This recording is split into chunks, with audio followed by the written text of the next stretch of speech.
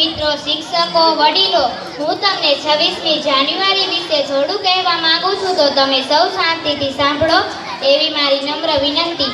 26મી જાન્યુઆરી આપણો રાષ્ટ્રીય તહેવાર છે। 15મી ઓગસ્ટ 1947ના દિવસે આપણો દેશ આઝાદ થયો હતો। ત્યારબાદ દેશનું બંધારણ તૈયાર કરવા માટે બંધારણ સમિતિની રચના કરવામાં આવી। બંધારણ ઘડવાનું કામ ડૉક્ટર બાબા સાહેબ આંબેડકરે કર્યું। આ બંધારણ 26 જાન્યુઆરી 1950ના રોજ અમલમાં આવ્યું। આ દિવસથી ભારતના સર્વભૌમ પ્રજાસત્તાક રાષ્ટ્ર બન્યું। ત્યારથી દર વર્ષે આ દિવસ રાષ્ટ્રીય તહેવાર તરીકે ઉજવવામાં આવે છે। 26 જાન્યુઆરીના દિવસે સવારે શાળાઓમાં અને સરકારી કચેરીઓમાં ધ્વજવંદન કરવામાં આવે છે, રાષ્ટ્રીય ધ્વજને સલામી આપવામાં આવે છે અને રાષ્ટ્રીય ગીતો ગવાય છે। દિલ્હીમાં લશ્કરી વાહનો સાથે લશ્કરની ત્રણેય પાંખોની પરેડ થાય છે।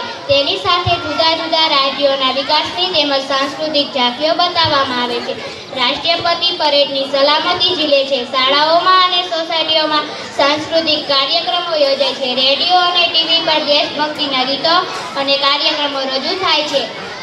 સાંજે સરકારી મકાનો રોશનીથી ઝળહળી ઉઠે છે। કેટલાક લોકો પણ પોતાના મકાન પર રોશની કરે છે। પ્રજાસત્તાક દિન એ રાષ્ટ્રીય ભાવનાને પ્રેરણા આપતો તહેવાર છે। અસ્તુ, જય હિન્દ, જય ભારત।